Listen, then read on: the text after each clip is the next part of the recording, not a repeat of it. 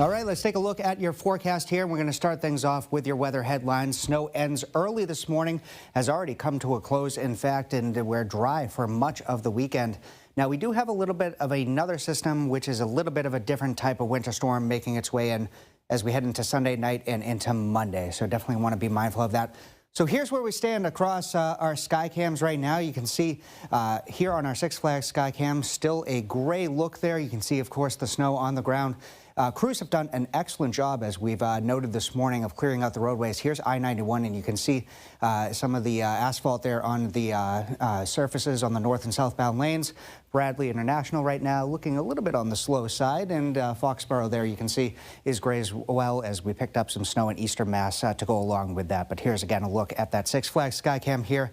Outside here in Agawam and West Springfield. So as we take a look at our satellite and radar, we're seeing snow showers that again have come to an end over the last couple of hours or so, pretty much as expected. And now we're starting to clear things out. We're still pretty overcast, but you can see some of those clouds are thinning out a little bit, and we'll get some sunshine as we head into the later part of the morning and into the afternoon as well.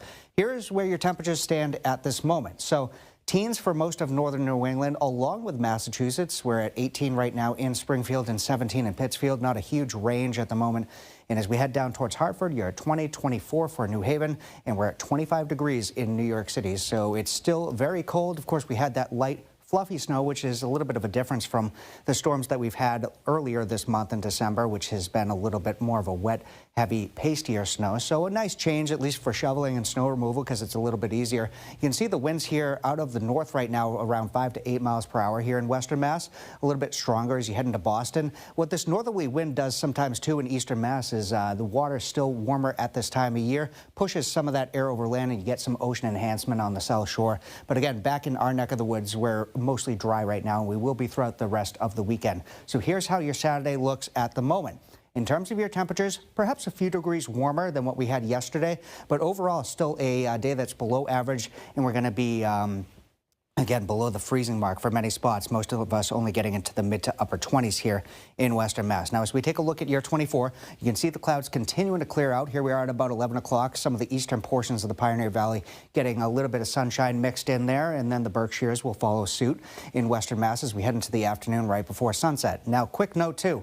Temperatures are going to be falling tonight, so we're not going to be getting any melting for tonight or most of the day tomorrow. We'll start to get some as we head into Sunday night and into Monday with a little bit of rain and some warmer temperatures. But here we are about 4, 5, 6 in the morning with temperatures, again, not a huge range, around 10, 11 degrees from the Berkshires all the way to the Valley area.